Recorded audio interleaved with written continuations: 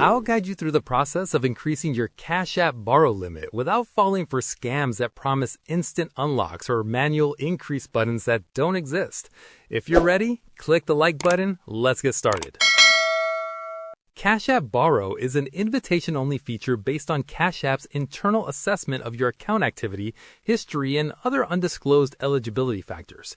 So the process of increasing your Cash App loan limit is dependent entirely on your internal trust score, which we will unmask now. To begin, tap your profile icon in the top right corner and select Limits from the Account and Settings section. Here, ensure you have verified your identity using your full name, date of birth, and SSN or ITIN, as unverified accounts are capped at $1,000 in any 30 days and are often ineligible for borrowing. Next, navigate to the Banking tab and set up a direct deposit of at least $300 per month to show the algorithm you have a steady, reliable income. Use your Cash Card for daily purchases to reach the $500 monthly spending threshold, which triggers Cash App Green status and signals you're an active, high-trust user. If you have a current loan, pay it back a few days early to prove your reliability to the automated system.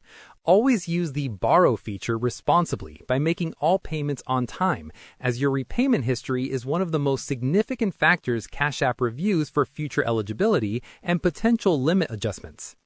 Be wary of any third-party apps or services that claim they can instantly raise your limit for a fee, as these are not authorized by Cash App and are often scams.